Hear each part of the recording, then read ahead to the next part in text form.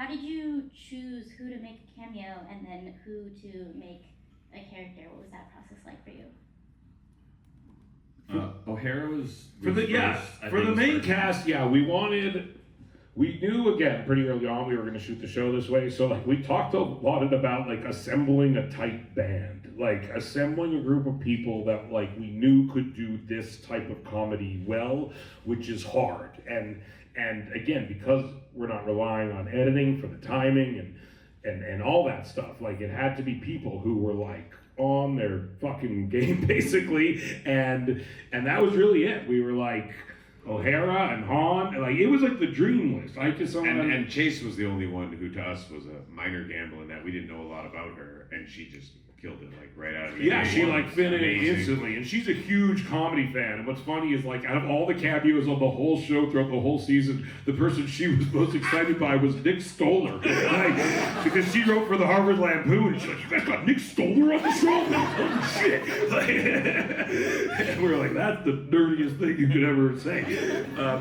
But yeah, but that was really it. Is like we knew the core cast had to be like really comedy all-stars who could, you know, deliver this type of thing and who would be excited by doing this type of thing. And that was really key, was like they all were super into like the filming style. Yeah, and we almost never had someone who couldn't roll really well with the improv nature of it, hitting their marks and all that. But when it happened, it was bad.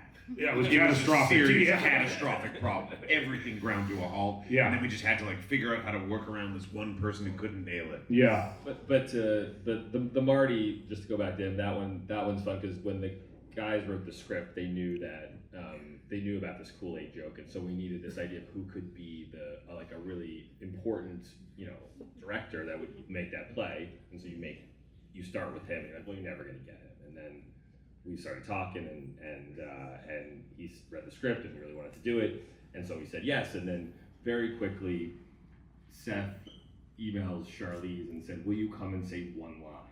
But it will be with Marty." And she says yes. And so that saved our ass, because I think that we said to Marty when we said, "Do you want to come to the show?" that Charlize was already in. Oh yeah. We did that a lot. So I did a lot of like parent trapping people. Like, so there was just Marty come for Charlize. Charlize come for Marty. Yeah, that happened a lot.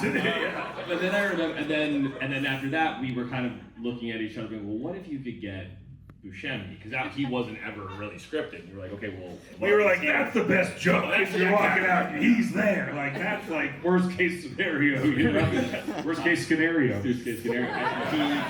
And so we called, and initially he was like, "Well, what's the joke?" And it was like, "Well, you're the star of the movie, and the studio doesn't want it. You're the worst idea ever to be in the movie." So we let that land, and my phone didn't ring back exactly right away. But they were like, "But we got Marty," and they're like, "Okay." And so Buscemi flew from New Zealand, stopped in LA for one day to shoot that scene, and then went on to New York. So it's like you had a little bit of that alchemy where you're just like, wow, there's something. The timing was miraculous at times. Yeah, that people were able to do it, and that our lies didn't step on one another at any point.